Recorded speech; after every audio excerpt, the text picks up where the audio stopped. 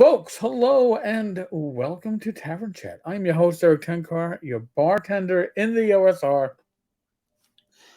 I'm going to start out and just say I am not a lawyer. I do not play one on TV. I do not play one on the internet. However, I have interacted with lawyers, both prosecutors, defense attorneys, and within civil actions within the employment, my time in internal affairs.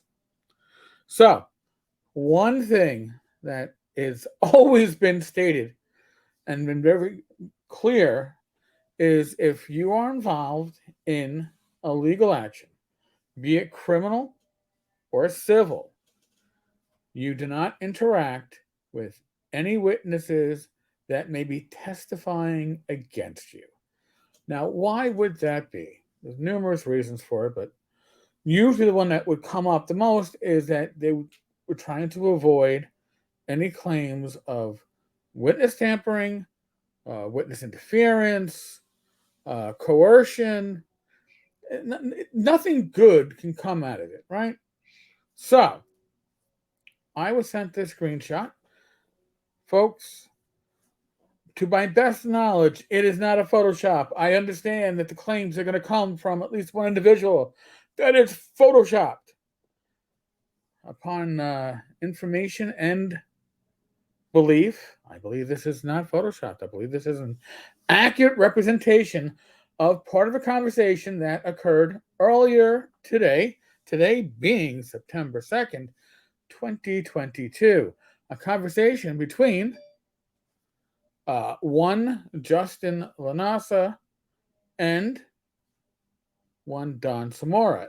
Don Samora is the individual who supplied me with the screenshot. I am not going to comment on the contents of this. I will read them out. Aside from saying, again, my experience, as I was always told, you do not interact with witnesses that may be testifying against you. There is no benefit to it. There is only potential harm. That is what I was told. So, I couldn't tell you for sure who reached out to who, although I am fairly sure this was in reaction to Don's recent video, which I will share as a link on this video because I think it should be shared. From Justin, explain to me why you let Michael Hovermail into the Discord. I can.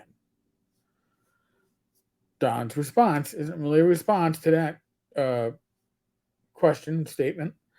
Claims of being FBI, being in Blackwater, doxing Tenkar, doxing Michael, sending shit. I'm going to just say it with fake shit, but okay. Attacking kids and wives, bragging about fucking up Luke's retirement. I believe that was an attempt to fuck up Luke's retirement. It did not succeed. Allegedly. Your FBI buddy going to Tenkar's door. Let me guess, all lies. Going back to Justin. You are nothing but lies, dude. Don. Oh, seriously, you are playing that game with me. I guess the gigabytes of videos and calls are all lies. Michael recorded all of that as your PR guy. Gonna make another interjection here. I worked in internal affairs. Most of our interactions with the public were recorded. And we did have an unrecorded line for the supervisors. And there were times when it was like transferred to my line, my supervisor line. I knew it wasn't being recorded. But I could go back and I could listen to, and often did, listen to my detectives, listen to their conversation with the complainant, review that paperwork that was on a computer, and then literally double check to make sure that what they put down is what they heard. And sometimes what they heard isn't what was said. So recording these things are certainly a benefit if you want accuracy. Much better than a transcript that's being done at the time. So apparently Michael recorded everything. If you listen to Don's video, Don states that everybody knew that Mike was recording everything. That was the policy. All right, moving on. And the video you shoot with Tenkar with fake voice already had someone decode the voice. Don, guess who? Don's response: "You are on camera, you narcissistic sociopath." Response to that: "Cowards only come out once caught. Glad you're out, shitbag." Now, I'm going to go back to my earlier commentary of you don't interact with witnesses. If this comes up in court, there is no benefit to being the person calling a witness a shitbag and accusing them of lies. Why? Let your lawyer accuse them. That's what you pay them for. Okay? That's what I was always told. Let it play out in a court of law. Folks, my suggestion, if you ever get involved in something like this,